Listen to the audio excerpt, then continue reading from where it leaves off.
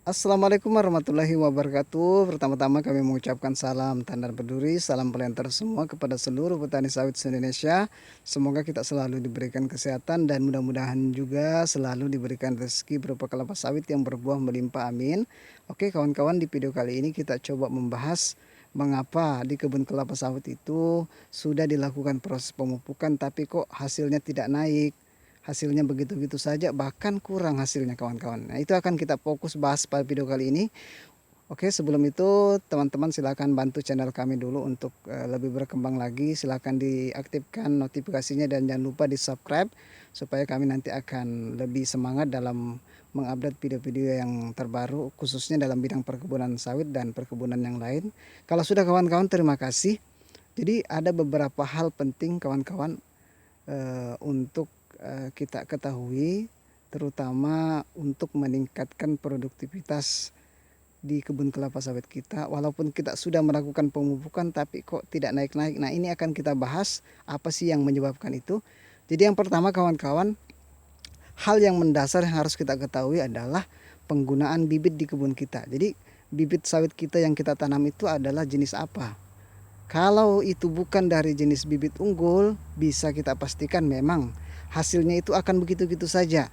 Pasti ada kenaikan tapi tidak seberapa.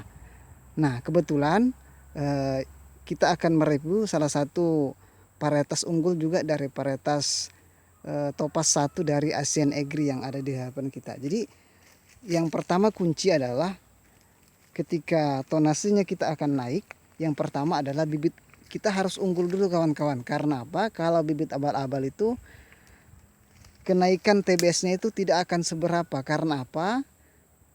Pohon induknya itu kita tidak tahu itu bagus atau tidak. Itu yang menyebabkan kita melakukan pemupukan kok tidak naik. Karena apa? Bibit yang kita gunakan itu adalah bibit bukan dari balai benih.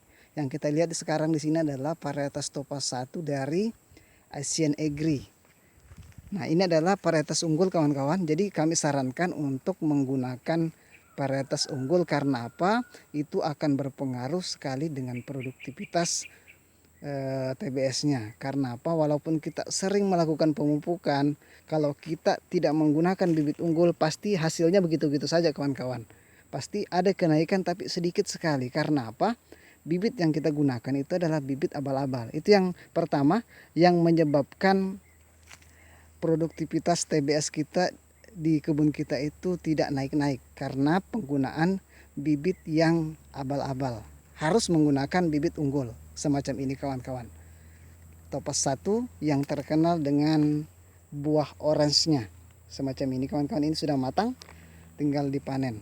Oke, yang kedua kawan-kawan, yang menyebabkan TBS kita tidak naik itu yang pertama adalah bagaimana perencanaan pemupukan. Itu yang pertama. Bagaimana kita memupuk, waktunya kapan, itu yang penting harus diketahui. Jadi perlu diketahui kawan-kawan, dalam waktu pemupukan yang baik itu adalah di awal dan di akhir musim penghujan. Jadi memang untuk setiap daerah di Indonesia tentu musim penghujannya itu kita tidak tahu pasti. Biasanya awal musim penghujan itu di bulan September atau Oktober biasanya kawan-kawan. Nah, itu adalah titik kita atau waktu kita untuk melakukan pemupukan, yaitu di awal musim penghujan. Karena apa?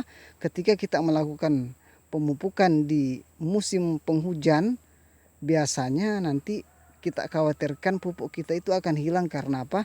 Terseret arus air hujan. Itu yang kita khawatirkan. Makanya kita lakukan pemupukan itu di awal musim penghujan atau intensitas hujan itu tidak terlalu tinggi sehingga pupuk itu bisa terserap di tanaman kelapa sawit kita. Itu yang pertama kawan-kawan. Yang kedua juga waktu pemupukan itu juga kita lakukan di akhir musim penghujan, yaitu di sekitar bulan-bulan Februari atau Maret. Kita melakukan proses pemupukan di situ. Kalau kita melakukan pemupukan 2 kali dalam 1 tahun.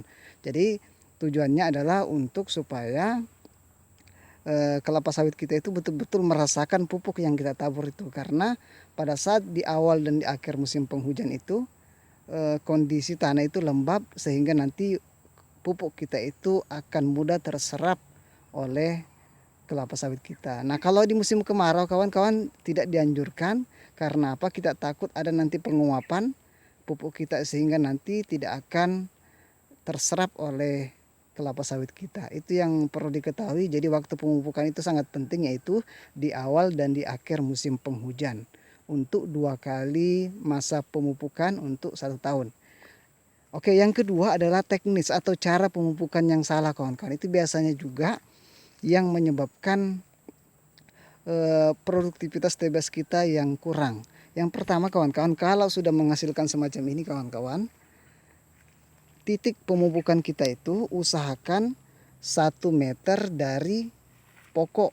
Jadi kalau ini pokoknya kawan-kawan, jadi 1 meter setelah pokok itulah kita akan taburkan pupuknya di sini kawan-kawan. Jadi 1 meter di sebelah pokok. Karena apa?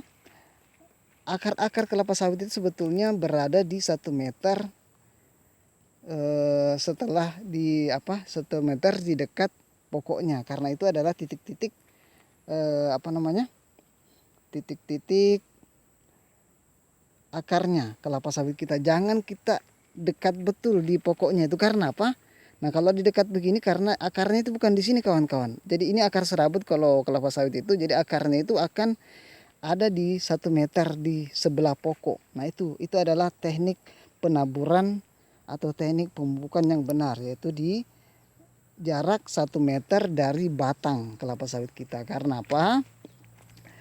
Akar-akarnya itu menumpuk di 1 meter di sekeliling piringan di dekat batang kelapa sawit kita. Jangan terlalu dekat dan juga jangan terlalu jauh. Jadi diusahakan 1 meter dari pokok. Jadi ini pokoknya, jadi 1 meternya di sini. Nah, disinilah kita intensifkan proses pemupukannya di sekeliling piringannya kawan-kawan. Itu yang pertama juga yang harus diketahui juga adalah bagaimana teknis pemupukannya. Yaitu 1 meter di sebelah atau di luar batangnya atau pokoknya. Oke, yang selanjutnya kawan-kawan juga kita harus perhatikan juga pembersihan piringan.